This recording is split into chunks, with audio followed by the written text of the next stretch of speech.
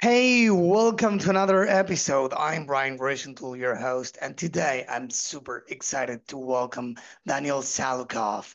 He's the co-founder and CEO of Insense. I'm sure many of you have heard a lot about the company, but in case you didn't, it's a cutting-edge platform that connects brands with creators for high-quality content production and data-driven video optimization. With the rise of TikTok Shop and the evolving landscape of social commerce, Daniel is here to share how brands can leverage creator content to maximize both organic reach and paid social performance. We'll dive into strategies for finding the right creators, managing those partnerships, and the best ways to compensate creators while ensuring impactful results. Hey, Daniel, thanks for being on the show. Thanks so much for inviting me, Brian. Yeah, so the intro was with no pressure at all, Right, I, no I, pressure or hey, here you go. Just tell us how to win a social Yeah, so media I game. promise Daniel will talk about this, and but Right. I had the pleasure of meeting you over Zoom as well the last time, and the conversation was very, very interesting already, and we covered actually a few of these stuff, so I'm confident that we will record a great episode. So why don't we get started? What's incense? I know I said a thing or two in the intro, but could you please tell more about it to the audience? Yeah, absolutely. Instance is a creator marketplace that helps primarily e-commerce brands and agencies to get connected with UGC creators and micro influencers for a couple of reasons. One of them is how to bring high performance for the ads, Meta ads, TikTok ads, TikTok Shop ads, whatever ads, by creating UGC or running whitelisted campaigns. And the second objective is how to scale my influencer campaigns because um, influencer marketing had been involved a lot with the recent rise of TikTok and then TikTok Shop. So right now, if you're not working with influencers, you're missing a lot, right? So those both parts we're covering. And the easiest way how to describe that, because many of you have been using Upwork or Fiverr, like freelancer marketplace. In many ways, it's a Upwork or Fiverr, but super niche for both sides. So you are not going to Fiverr or Upwork to find the best influencer to partner up or creating UGC. You're going to Insense. So that's what we have built for you. Yeah. Now, um, we have like TikTok Shop. We have, YouTube Shopping. Social commerce is here to stay. Some people say that, of course, some people know it's like it's in the early stages, but many people say like it's here to stay and it will evolve, and it's a wave that, everyone should, surf because it's here for the long run. It's not a fad that, will end soon. What do you think about that? What do you think about the boom of, TikTok Shop and YouTube Shopping versus the previous era of e-commerce? Yeah, I think it's going to be only evolving. Social commerce, it's only in the beginning, especially in the Western world. We're not here to talk about China because I don't have much of expertise, but whenever I'm going there, I'm just fascinating. It's way beyond, right, the entire markets and the Asian markets, not only Chinese market, but the Asian markets, the way how they approach and the way how they consume and buy things, it's fascinating, right? But social commerce is definitely on the rise here in the Western world. That's 100%. And I think it's the whole landscape has been changing because of TikTok Shop in many ways, because this is the first platform who figure out how to combine affiliate marketing, influencer marketing, and paid social all together. So we Yeah. have been observed in many ways how Meta have some success with um, paid social and working with kind of like combining the commerce. Though the crucial component it was how to partner up with the influencers on affiliate business model was missing. So Yeah. TikTok Shop resolved that. So it's a combination of everything. So definitely the more we're going there, the more social commerce will play the crucial role. And right now, influencers are performing really nice. My next bet is going to be that us, like Brian or Daniel, going to be recommend to their friends and using some of the links. And because I'm trusting people that I know, not only following, but know. and 100% I'm gonna go and buy. And you've been observed this behaviors in your lifetime 100%. So I think social commerce is only going to be increasing. Yeah, 100%. And, I had the pleasure of interviewing a lot of, amazing brands and amazing people. And one of them is John Roman. He's the founder and CEO of BattleBox. And we are recording this in September. And today I saw a post on LinkedIn that he was saying that the he's, I know they are doing a lot of things on TikTok Shop. And he was saying that in these few months that or in this time they've been experimenting with it, they saw that no matter how good of a content they tried and they put together for TikTok, the creators' content was outbidding, their nice looking content because they do produce good looking content for long form and short form. So he was saying like they clearly the algorithm, or so he says, is favoring this kind of content, So this is how big the whole thing of, creator, etc. is.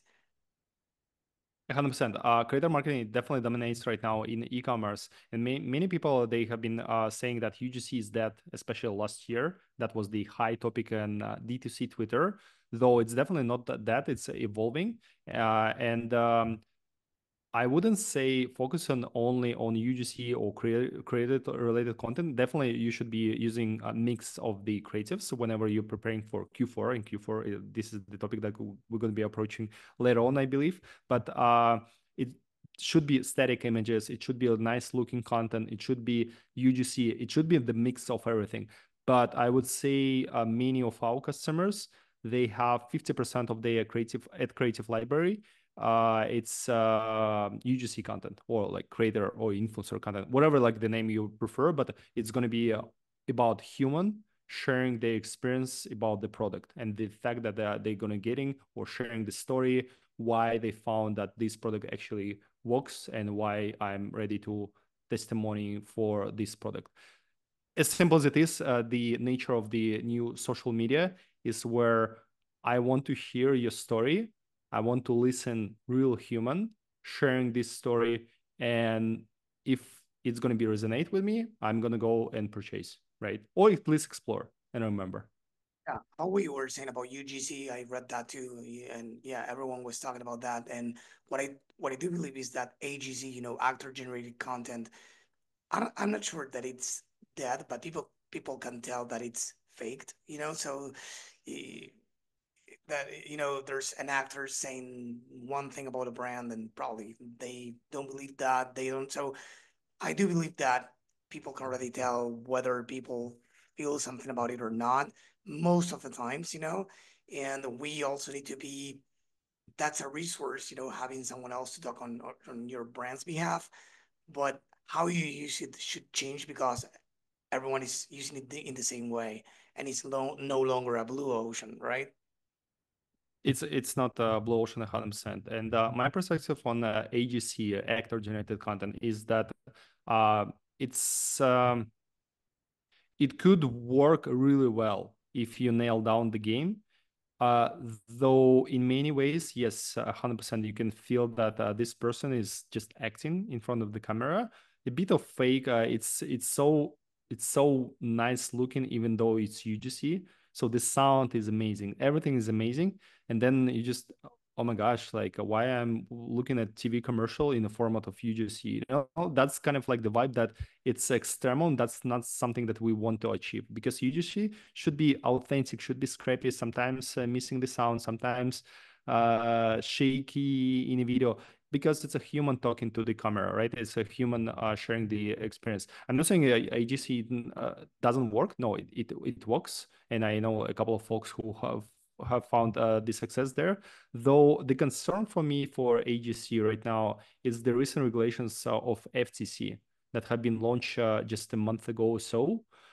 So Federal Trade Commission here in the US, right? I'm not talking about the global market because it's Yeah. different. It's only for the US market. So what they recently released was about the fake testimonials, fake bots, and fake reviews. So for instance, Instagram followers.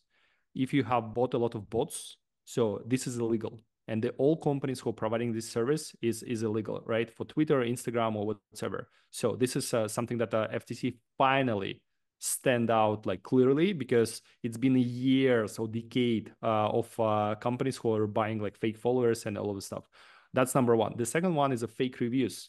It's where people never tried the product, though they producing testimonials or reviews that's saying that, oh, actually like, look at my skin, but this person never applied the skin. Moreover, if the product should show you results within the not within, after 30 days of using this product, that's something that it's also under the question. If me as an actor, I'm only received this product right now, even though I apply this product on my skin or like inside of my body, and then I'm saying that, but by official information, this product should have some effect after 30 days.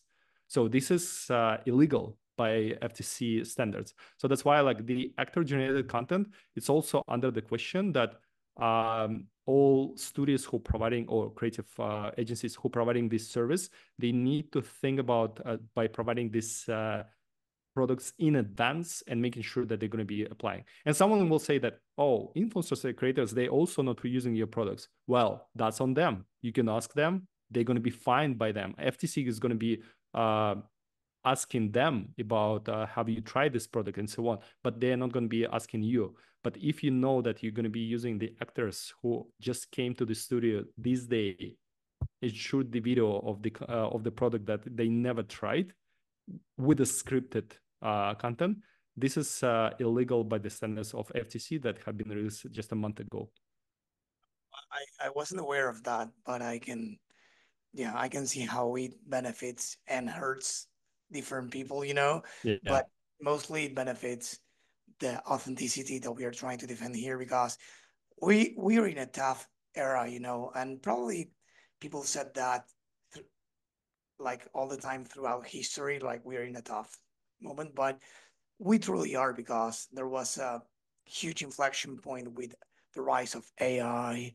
And of course, now it's easier than ever for someone to say that they did something that they didn't and influence hundreds or thousands or hundreds of thousands or millions of people, right? Before you needed to be in front of probably in front of a TV camera, right? And there was probably an access for only a few people, right? Now Yeah. everyone with a phone, teenager, even like my kids used to watch YouTube because they no longer watch YouTube for now. They are 5-year-old, only like half an hour a day or so, and they used to Mm-hmm. watch this channel of these like probably 6-year-old, 7-year-old with her father, doing funny stuff and blah. Many of them are famous worldwide. Like I'm in Argentina, so this is already worldwide because he was from the US, I'm from Russia or other Yeah. countries. And it's like, what the heck? So everyone has the power of recording things these days. And if it's going to be faked, or if it's going to be now with the rise of AI avatars, Oh, the yes. avatars as well. So it's like, I was testing a tool the other day. I thought, I don't know if I told you or somebody else, because I was surprised. I was on the website of this tool, and then I was watching the demo video, and the demo was about finding these AI influencers. And at one point, the woman presenting the video said, "Hey, here you have a list of people you can choose from, like AI actors. And hey, there is me, because guess what? I'm also an AI." And it was like, what the heck? It was like, no way. So this is truly a different era. So authenticity needs to have a place somehow. And this is starting, 100%. at least. Yeah. So 100%. And I think like to your point about this authenticity and in AI, this is from one hand, it's fascinating a moment that we're living in, because right now you can create movies within, just like you and I can create a movie if we're talent to put scenario behind and so on. You and I, right? I'm not sure about you, but I have zero skills in filmmaking, right? So this is fascinating, the way how I see the technology here in Gen AI. Though it's at the same time, it's scary because sometimes you don't understand like, who is it, a real person or not. That's what the entire humanity is happening right now. And when it comes to UGC, it's also the question about ethics, like ethical question. Do I want to be advertised by the person that have never been existed? And do I want my kids is going to be advertised by that? This is the big question, and that's again like some good news in my opinion that the FTC is already regulated that. So, for instance, for all Gen AI content that have been produced, you need to use the mark that is being used with Gen AI. That's number one. And secondly, for all consumable product that's applied to your body or inside of your body, it's prohibited to use any AI avatars. It's just prohibited. You cannot do that. It's illegal. And this is something that I to be honest, like support, not because I'm running the company in that space, but because I don't want to see Brian and seeing that how Brian is recommending me new soda, but Brian doesn't exist. You know what I'm saying? Like I don't want Exactly. just a human being. Exactly. Yeah. It's a new type of scam, I would say, because in the end, it's a In a scam. way. If I'm not saying that I'm real, like, what's the point? What we need to redefine what an influencer is after all, because an influencer has influencers, but we have never had to define that that influencer is a human being in the past. Yeah. And now, if it's not, can we really have AI influencers? Of course, the answer is yes. Everything is possible in life. Now I believe anything that I, but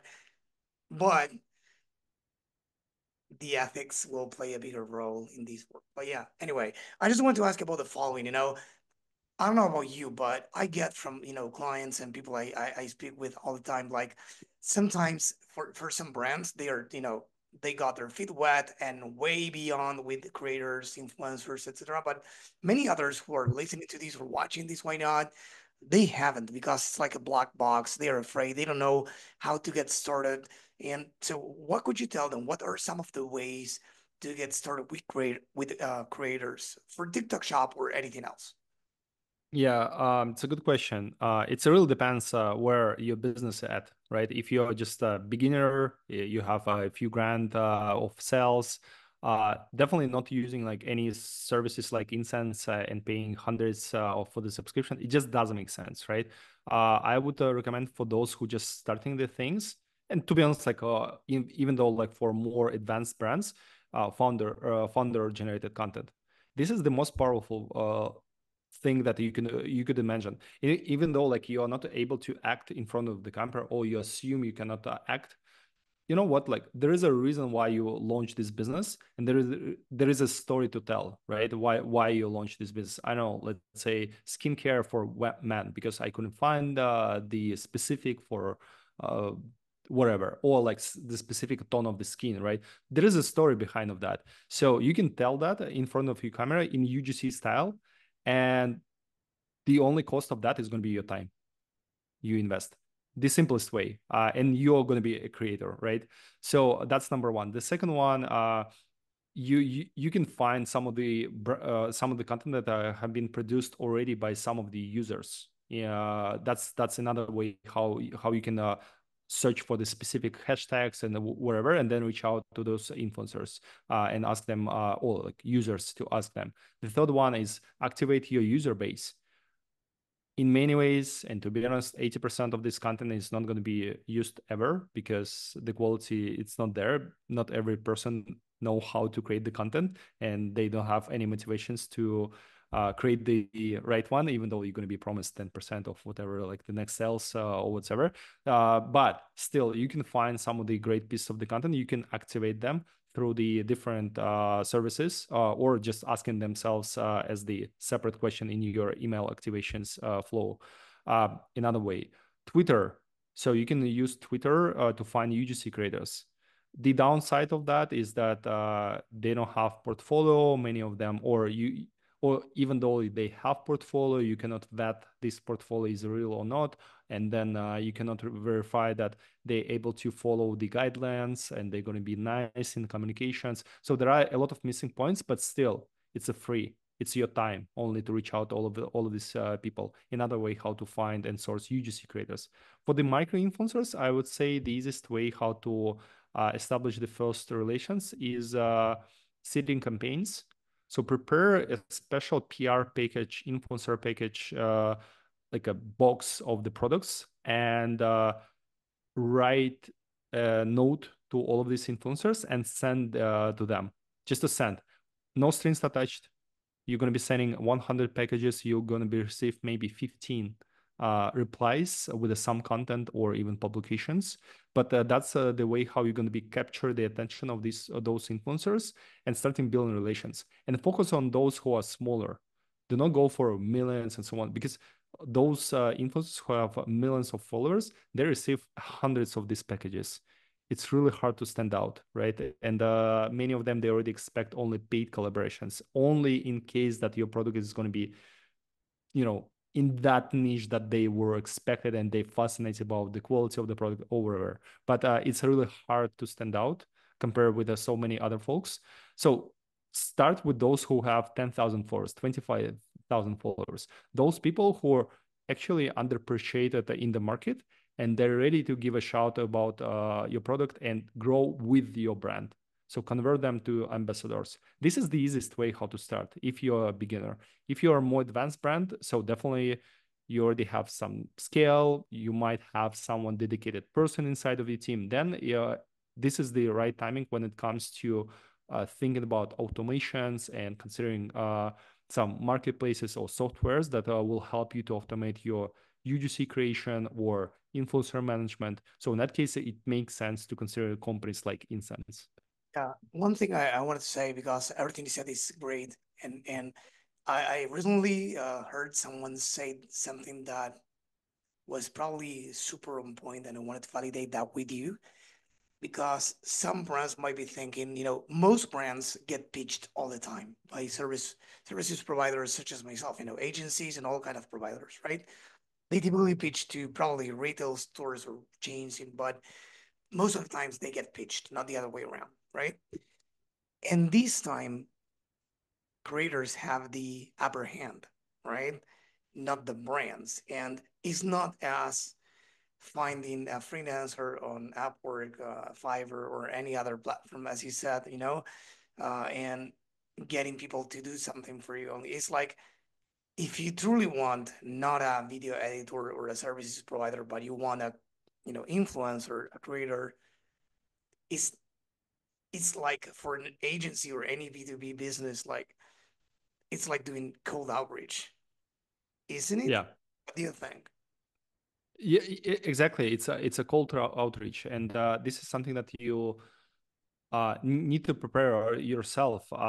Investing in cold outreach, because in that case you need to think about the topics for emails or DMs, and then the text and the format. You need to control. You need to put some processes in place and educate the person who is going to be doing this cold outreach. And also you need to expect that, for instance, like TikTok Shop, right, as the example, they have native affiliate center where it's free.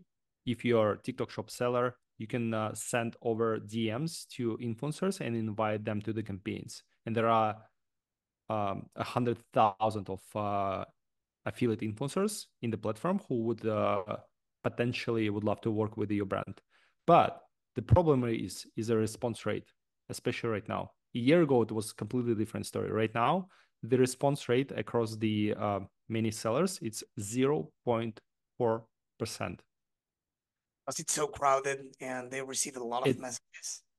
Exactly. So there are so many sellers. There are not that many influencers who joined. I mean, many influencers, but still not that many. There are cross-border sellers. So those who are selling in the UK, they're able to sell in the US or from China to the US, right? So it's a crowded space. And one influencer who already have performed something and they already able to sell, they're receiving 50, 100 new DMs as a new gigs a day. So it's impossible to kind of like click all of them and also verify whether this brand is actually the one that I would love to work with, or it's a drop shipper. With all respect to drop shippers, sometimes there is no brand, or you are not sure about the quality behind the product, right? So they don't have the time to do the whole compliance work, understanding, am I ready to promote this product or not? Maybe this supplement is actually going to be, is it like licensed or not? That's the questions that they can ask themselves. Or am I able to sell this product or not? Because maybe there is a wrong reputation for this product. They don't have time to go through 100 new messages a day about the new products. So making sure that they're going to be applying for that. So you need to prepare yourselves for the cold outreach. The response rate is going to be lower. This is the game. And there are going to be a lot of no's, because many entrepreneurs, they are not able to consume no's. Like say hearing no, it's painful, right? And not every entrepreneur um, get to the point that it's better to get no than no response. So you will receive both no response and no's for those cold outreach approach. If I got it right, and of course, to do a quick recap for the audience, basically, they have like the creators, influencers, they have the upper hand. This is like doing outreach, meaning that you will need to have somebody or a team, why not, dedicated to this alone. And there is a native, you know, way of doing this, but it's, the response rates are really low because it's really, really crowded. It's a red ocean right now. And that's why platforms like yours exist, right? Because one way or the other, you need to invest in this as a brand, right? It's not something that you will DM someone, and probably some brands listening to this or watching, probably like me a few months ago, are thinking like, well, if I post something about it, create content for us, they're going to be lining up to do that. And probably for a few is going to be true, but for most of them, it's going to be the other way around, right? They are going to need to be proactively, trying to get these people to work for them. So one way or the other, you need to do it. So let's say they want to go the easy route and they want to say, okay, I'll pay. What can you guys at Instance do for us? How does it work? Yeah. That's exactly when instance it makes sense for you. Once you would be ready to get more high quality work, and only instance, right? There are other companies like Aspire or Hashtag Paid.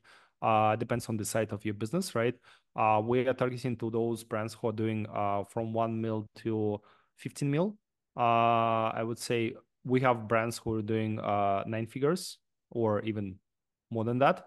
But again, I think the sweet spot where we feel that we starting making the difference, starting point is somewhere between 1 mil to 15 mil. So that's the exact difference between Insense and so many other solutions, including the cold outreach, is that we make creators come to you. You list the offer and they feel a safe zone.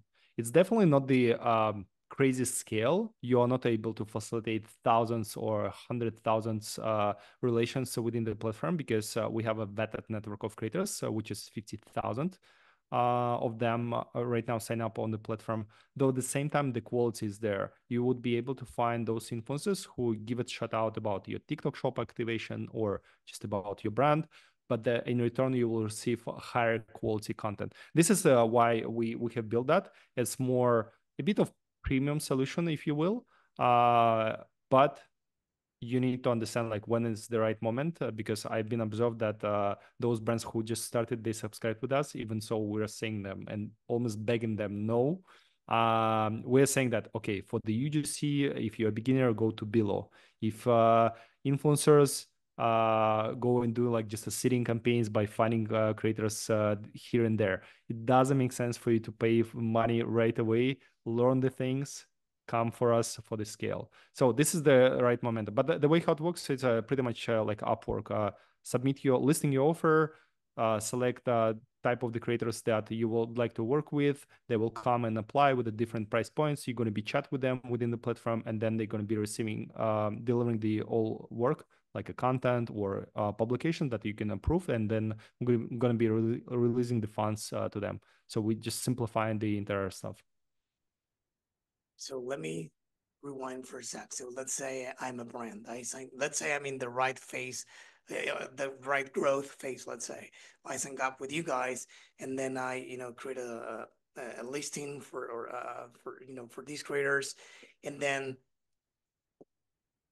how does that relationship continue? Like, how, how I kind of look for them, they look for me after I create this listing, and then what's the first interaction between the two parties? Do they like my product? Do they give the product away? And how does it work? It really depends on the way how you establish the campaign, but basically you list your offer and then you're saying that is it a seeding campaign? So meaning that I don't, me as a creator, I don't expect to receive any payment. I will receive the product in no strings attached. But if I like the product, I can start building my relations with brand, and then I'm going to be producing the content or even publish something socially. This is one of the way. Another way is that I'm going to be expected to get paid for the work, and the product should be shipped, or I need to buy a product on Amazon. And then I'm going to be reimbursed. There are like different ways how to set up this kind of work, but we're going to be matching you only to those creators who are the best fit in terms of the programs. So let's say creators who are based only in California and female and age 25, 35 years old in these specific verticals. So we're going to be matching you with the right folks, and then they're going to be applying for these campaigns. And if you would expect more creators, we're going to be making sure that we're going to be extend this search for more creators to bring them on. But you will see that what are the qualifications of them, what are the page, what is the ranking inside of the platform. So is it like a 5-star creator, is it a 4-star creator, is it a high responsive creator? So in that case you can make and justify whether it makes sense or not working with them, and just chatting with them directly. Just for anyone who's wondering this, like, what's the classic, or I'm sure there are many ways, and you mentioned a few of them already, like compensation structures, Mm-hmm. because of course, as you said, some of them might do it for the product.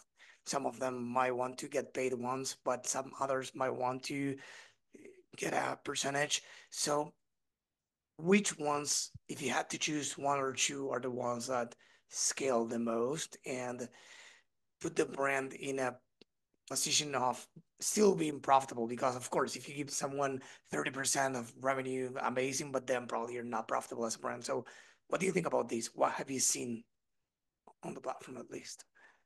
Yeah, again, so many different cases. Every single brand is so different, right? There are high margin products, there are like low margin products. So you should find your right pricing strategy when it comes to dealing with influencers.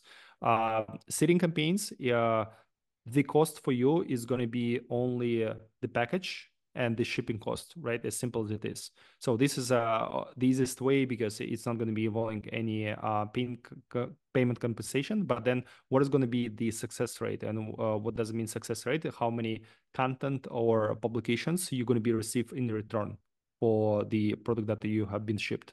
So this is one of the way. Another way, if it's going to be paid company. So for instance, like for TikTok Shop, many folks, they assume that it's only affiliate fees, right?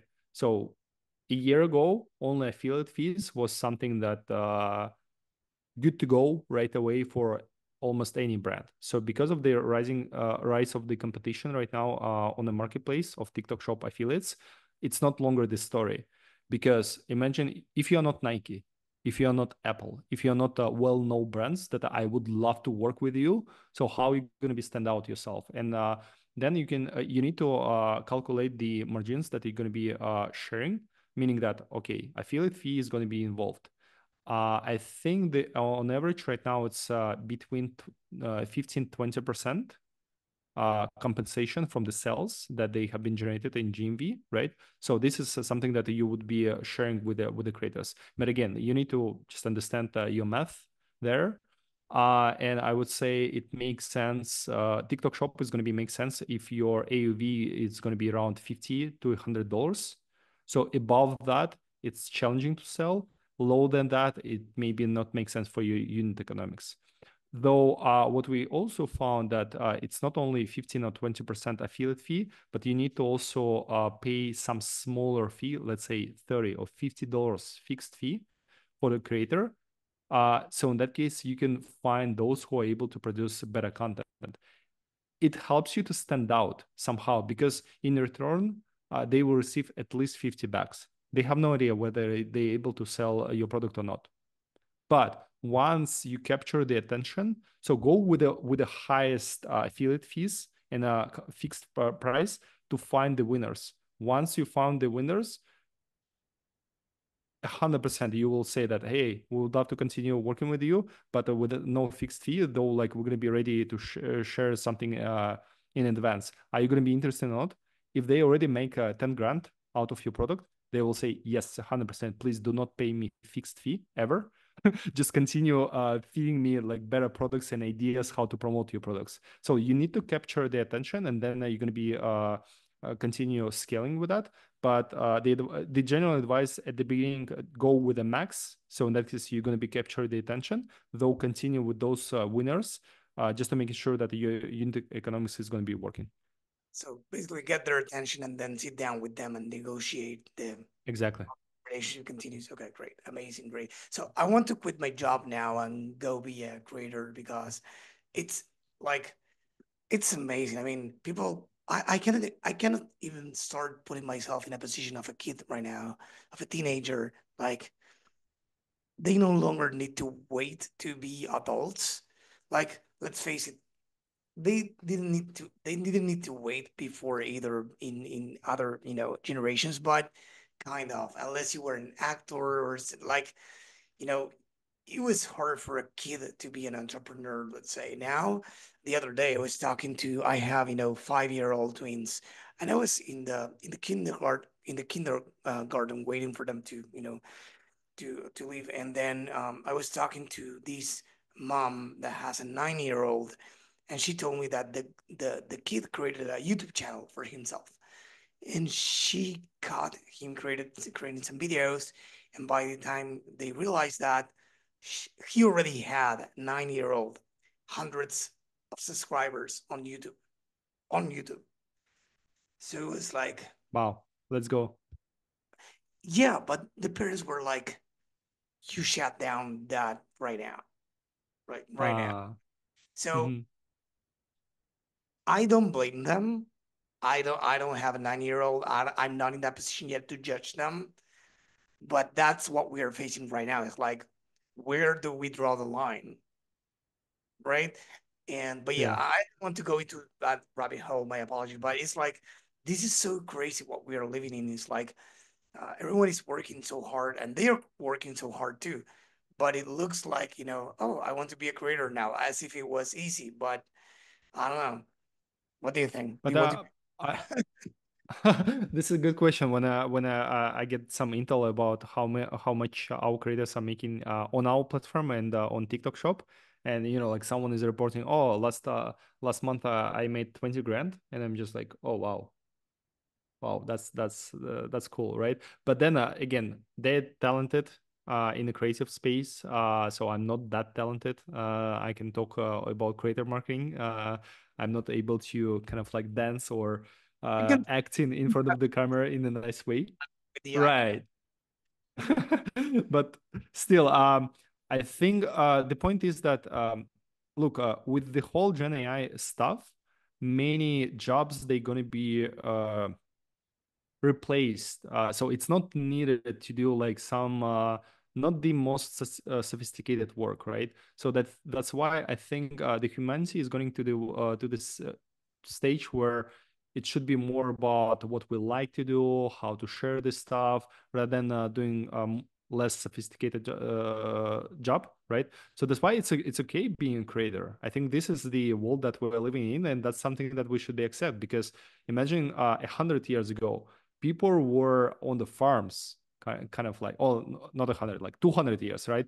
The farms, right? So it wasn't about the industrialization, about like creating some goods and all of the stuff. So it was more about producing the products to feed people, right?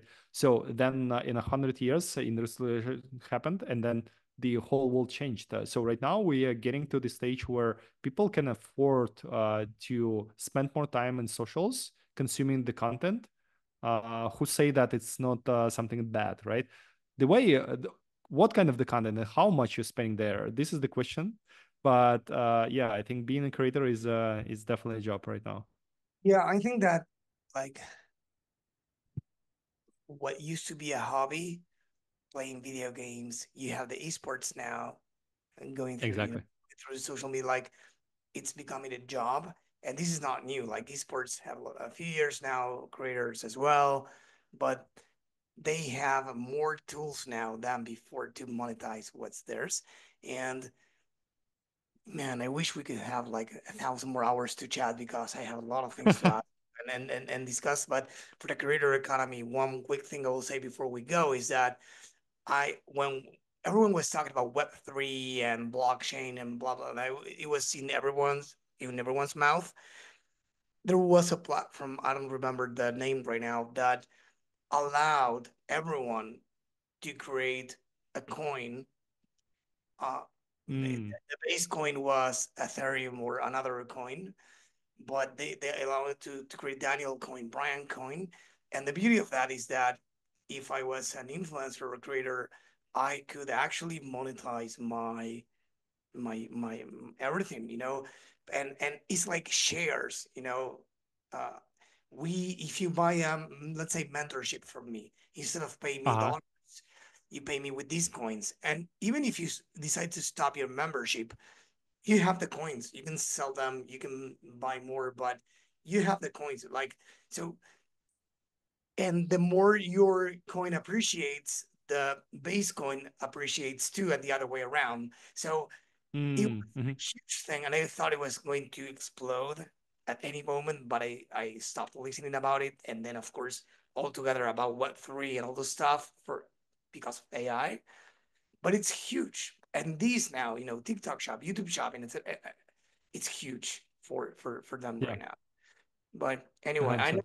time. I want to be respectful of your time. So before we go, uh, I have something that is called like a gratitude moment. Sometimes it could be a book, or sometimes it could be a person. In this case, I think based on our conversation offline, that you have someone to give a shout out to. So please go ahead. Yeah. I think I have a person that I've been following quite some time before he became a creator in the space. His name is Jon Snow, like the character Jonathan Snow. He's a really he's a founder of the Snow Agency together with Daniel.